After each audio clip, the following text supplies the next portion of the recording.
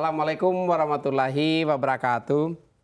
Shalom, Om Swastiastu, Namo Buddhaya, salam kebajikan. Selamat pagi dan salam sehat bagi kita sekalian.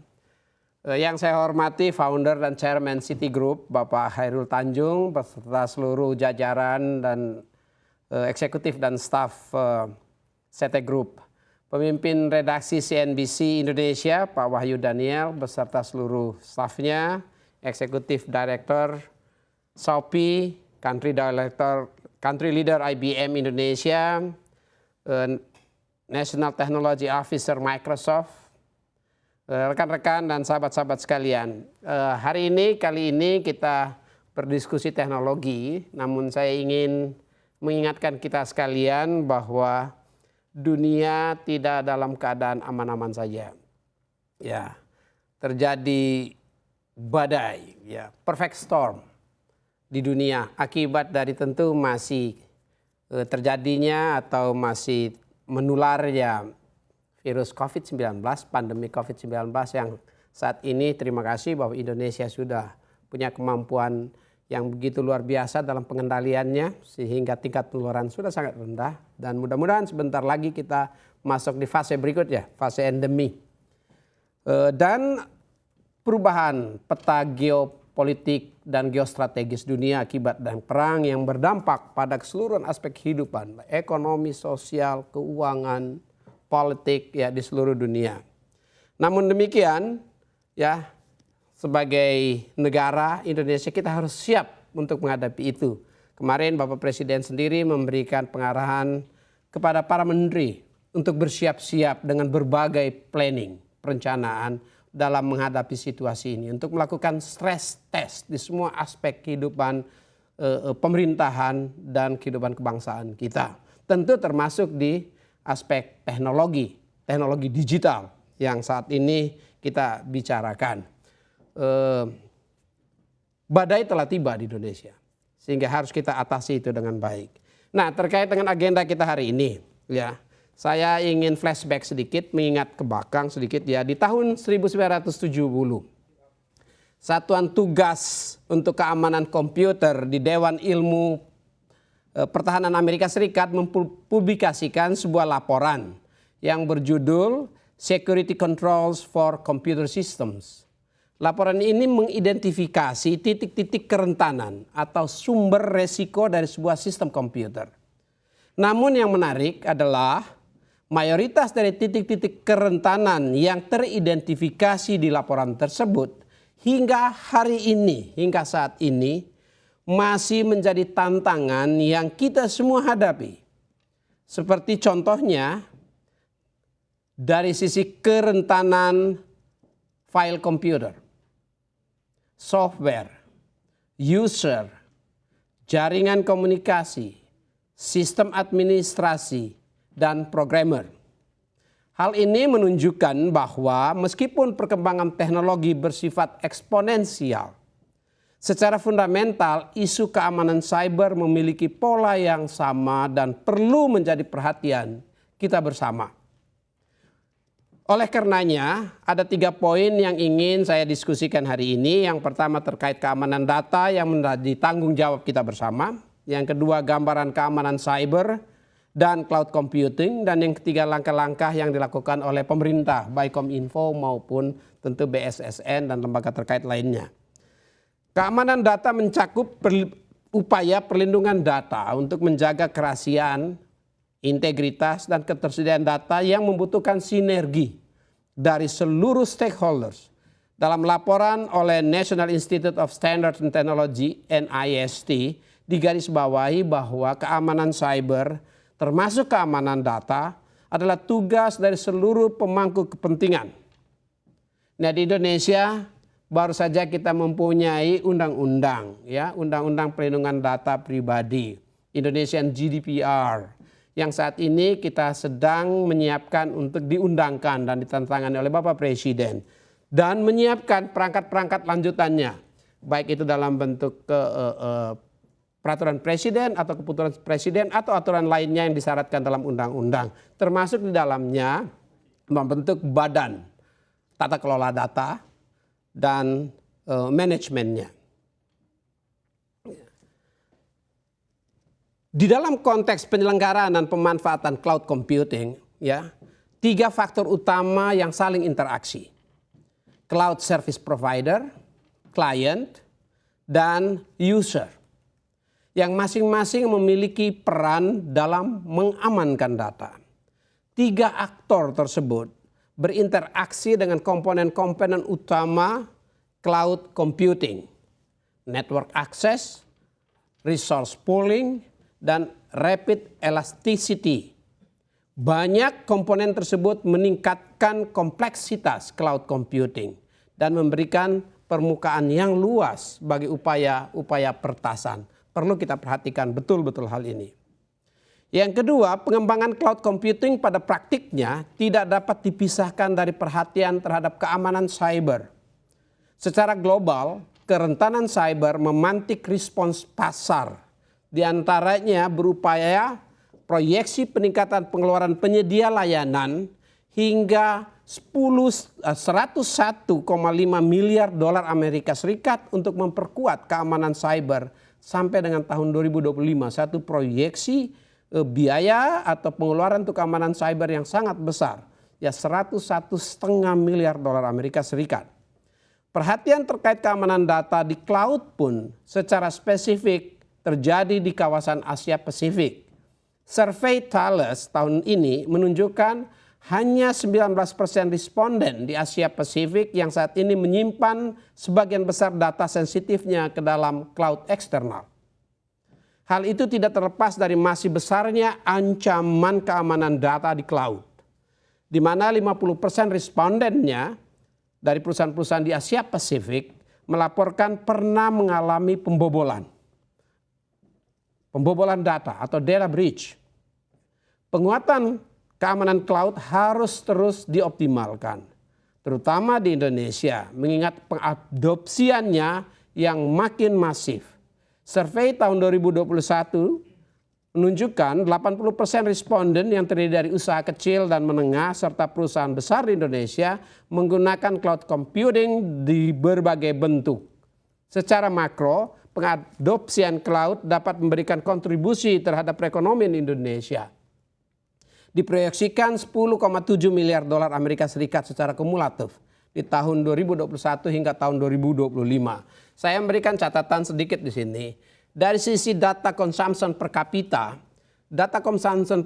Indonesia masih sekitar 1 watt per kapita atau setara dengan sekitar 270 sampai 300 megawatt. Sedangkan negara tetangga kita konsumsi data per kapita sudah sekitar 100 watt per kapita atau 100 kali lipat lebih besar daripada Indonesia. Andaikan saja kita membutuhkan 10 watt per kapita, maka di Indonesia kita perlu menyiapkan setidaknya 3 gigawatt listrik.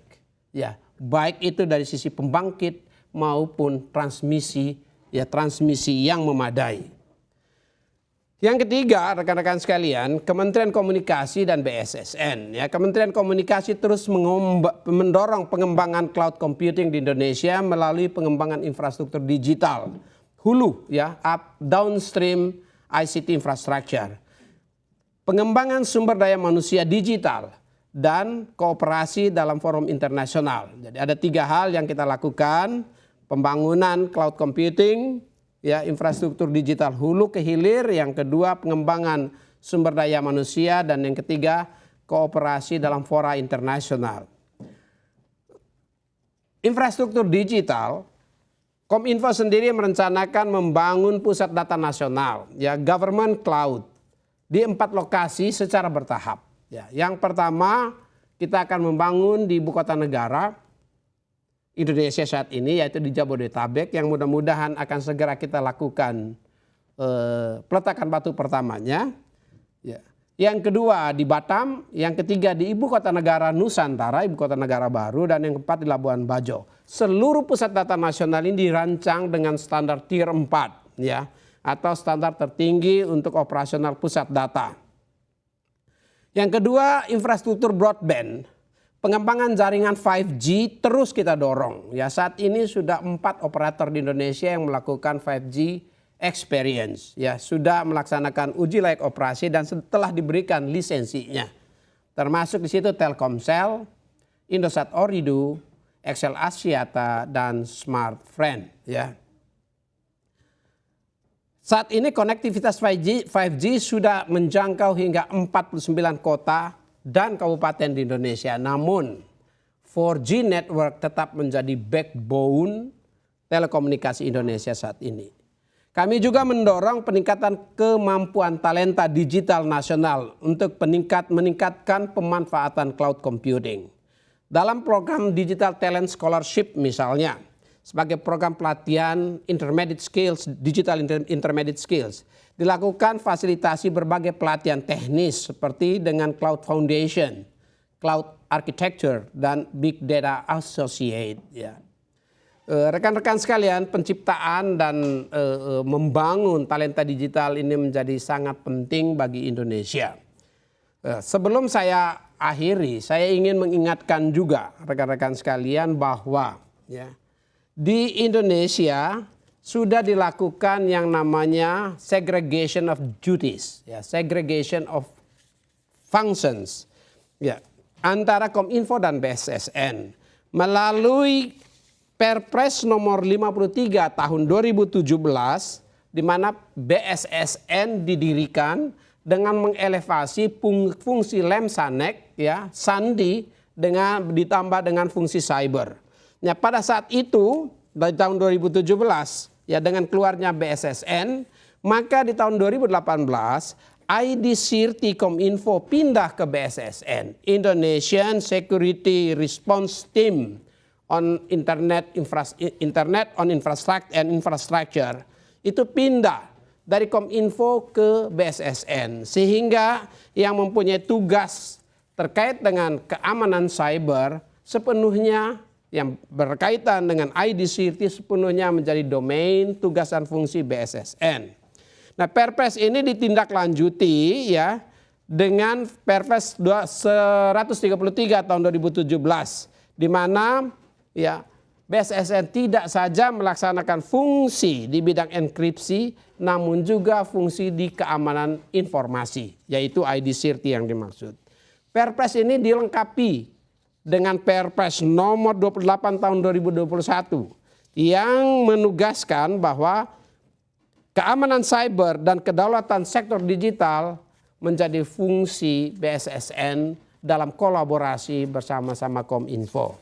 Untuk itu tentu yang terkait dengan semua serangan cyber, koordinasi antara Kominfo dan BSSN terus kita lakukan. Namun dari sisi teknis fungsi ID Sirti berada di BSSN, sedangkan Kominfo melaksanakan audit terhadap compliance oleh penyelenggara-penyelenggara sistem elektronik. Apakah itu penyelenggara sistem elektronik privat maupun penyelenggara sistem elektronik publik, yang apabila ditemukan ada ketidaksesuaian dalam compliance maka akan diberikan sanksi. Dan sanksi terkait dengan data breach, ya, personal data breach secara khusus menjadi lebih tegas diatur di dalam Undang-Undang PDP.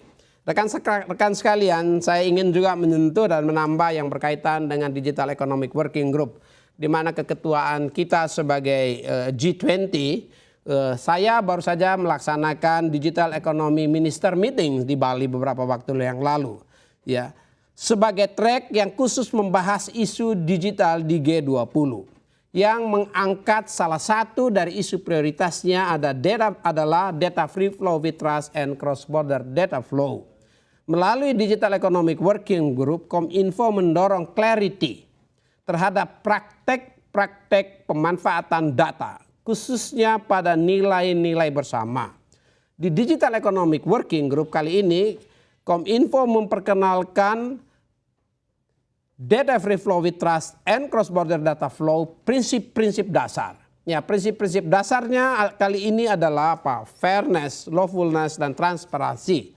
Ya, ketiga prinsip ini diadopsi dan disetujui, disepakati oleh para menteri ekonomi digital anggota G20. Satu langkah maju di dalam menangani data cross-border. Kita sama-sama tahu data itu ekstrateritorial. Sehingga perlu ada satu model tata kelola yang memadai yang mengatur cross border data sehingga bisa dimanfaatkan data untuk kepentingan pembangunan ekonomi di sisi yang satu, tapi di sisi yang lain privasi dan kedaulatan data tetap dapat terjaga dengan baik. Ya. Digital Economy Working Group juga menghasilkan keluaran berupa workshop of multi-stakeholder dialogue on identifying measures to facilitate the different levels of understanding of data governance, yang memfasilitasi diskusi-diskusi lintas pemangku kepentingan dalam isu arus data lintas batas negara, serta laporan berupa stock taking existing data governance approaches to identify common values for data free flow with trust and cross-border data flow in the G20. Dan yang ketiga adalah report on identifying key enablers for digital identity. Upaya-upaya tersebut diapresiasi oleh seluruh anggota G20 dan diharapkan dapat mendorong tata kelola data yang lebih baik di tingkat nasional maupun di tingkat global dan cross-border. Pada 27 September yang lalu dalam Forum International Telecommunication Union ITU Plenipotentiary Conference, saya juga telah menyampaikan kemajuan pembangunan infrastruktur ICT, infrastruktur digital di Indonesia, capaian dalam Digital Economy Working Group, serta komitmen Indonesia untuk mewujudkan meaningful and universal connectivity. Hal ini pun menjadi bagian dalam memenuhi ITU Strategic Goals dan ITU Connect 2030 Agenda. Rekan-rekan, Bapak Ibu hadirin sekalian, orientasi kebijakan dan pengembangan inovasi secara global banyak berfokus pada signifikansi utilisasi teknologi cloud. Oleh karena itu, pengembangan cloud di Indonesia menjadi esensial untuk kita lakukan. Apalagi seperti yang saya sampaikan tadi, konsumsi data per kapita di Indonesia masih punya potensi upside yang sangat tinggi. Untuk itu marilah kita bersama-sama bersinergi ya, seluruh pihak. Kita tingkatkan masa depan digital Indonesia dan mewujudkan Indonesia terkoneksi, makin digital, makin maju. Terima kasih.